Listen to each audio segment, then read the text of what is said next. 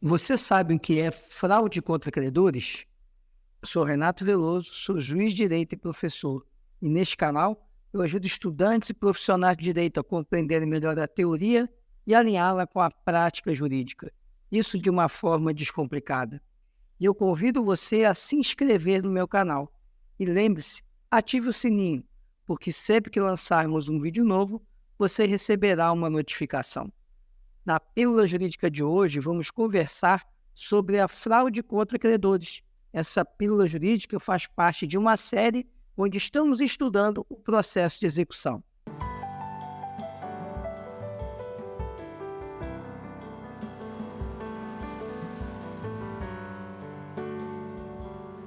Qualquer alienação ou oneração de bens representa um risco para a execução, porque vai gerar a possibilidade do exequente, do credor, não conseguir receber seu pagamento, já que o devedor se tornará insolvente, ou seja, seu patrimônio será menor do que as suas dívidas. O artigo 158 do nosso Código Civil regula a fraude contra credores.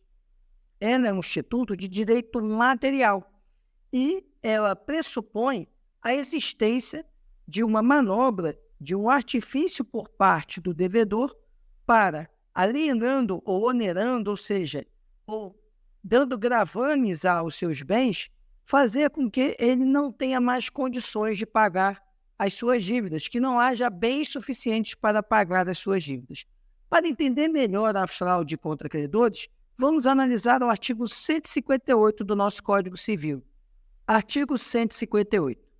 Os negócios de transmissão gratuita de bens ou remissão de dívida, se os praticado devedor já insolvente ou por aqueles reduzido à insolvência, ainda quando ignore, poderão ser anulados pelos credores quirografários como lesivos dos seus direitos.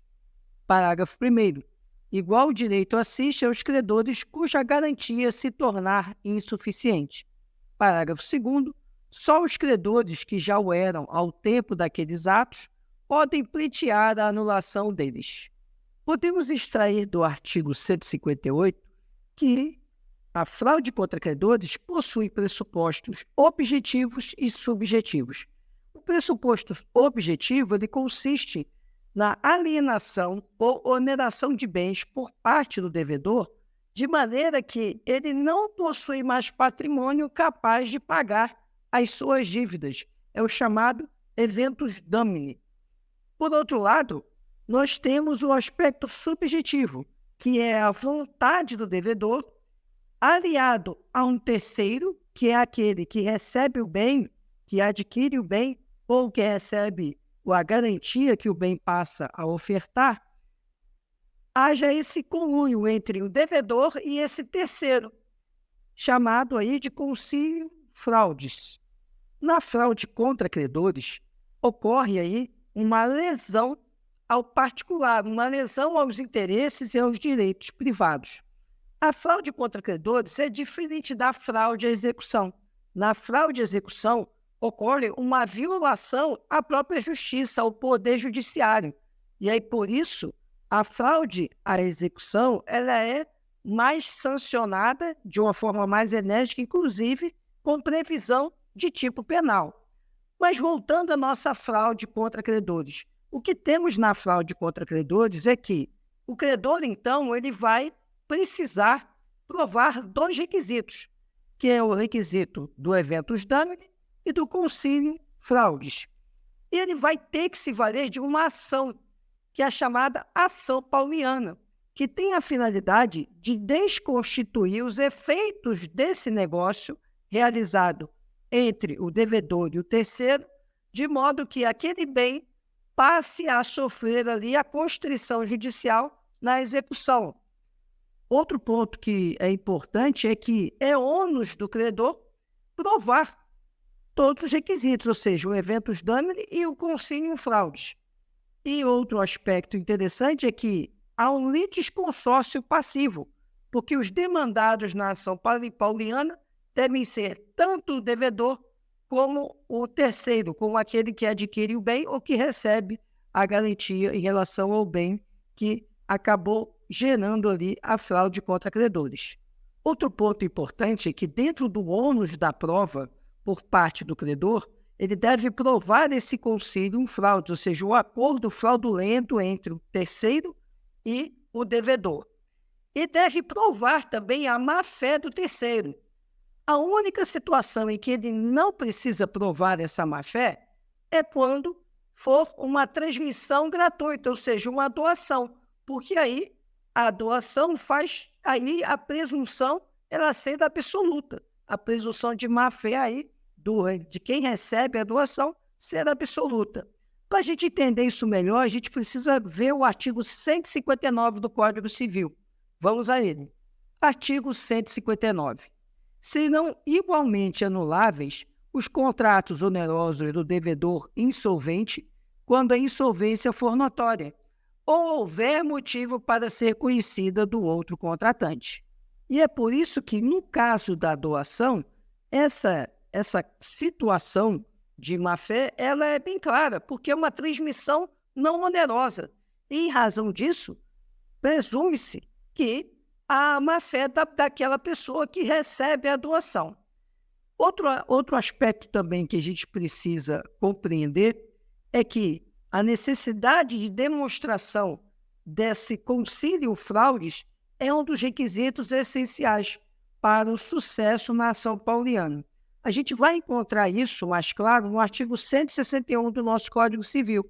Vamos conhecer esse dispositivo. Artigo 161. A ação, nos casos dos artigos 158 e 159, poderá ser intentada contra o devedor insolvente, a pessoa que com ele celebrou a estipulação considerada fraudulenta ou terceiros adquirentes que hajam procedido de má-fé. E qual que é a consequência se for reconhecida a fraude contra credores? A consequência não é a anulação do negócio. O negócio ele continua válido entre o devedor e o terceiro. O que há é a ineficácia desse negócio em relação ao bem para o credor, ou seja, o credor poderá avançar sobre esse bem e realizar a penhora e o leilão desse bem, a alienação desse bem ou até adjudicar esse bem para si. O negócio jurídico celebrado entre devedor e o terceiro, ele continua válido entre os dois, só não gera efeitos para o credor.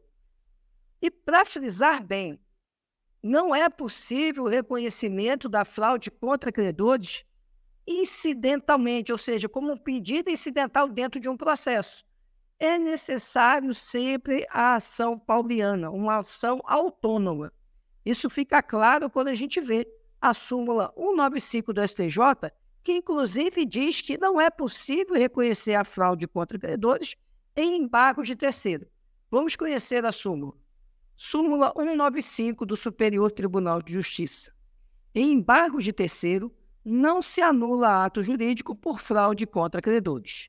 Portanto, a natureza jurídica da sentença na ação pauliana não é desconstitutiva, e sim ela é declaratória de ineficácia perante o autor da ação. Então, ele vai dizer na sentença, o juiz, que aquele bem, a alienação daquele bem não é eficaz perante o autor da ação, ou seja, o credor. Por fim, eu gostaria de destacar que quando a gente tem a ação pauliana, a fraude contra credores, nós temos aí um vício do negócio jurídico que afeta um terceiro, que é o credor.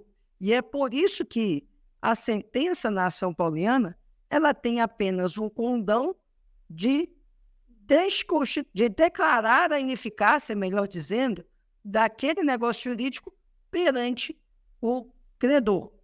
E você pode estar se perguntando, e depois da sentença na ação pauliana procedente, existe algum meio de se salvar esse bem, de que esse bem ele permaneça na relação jurídica devedor-terceiro?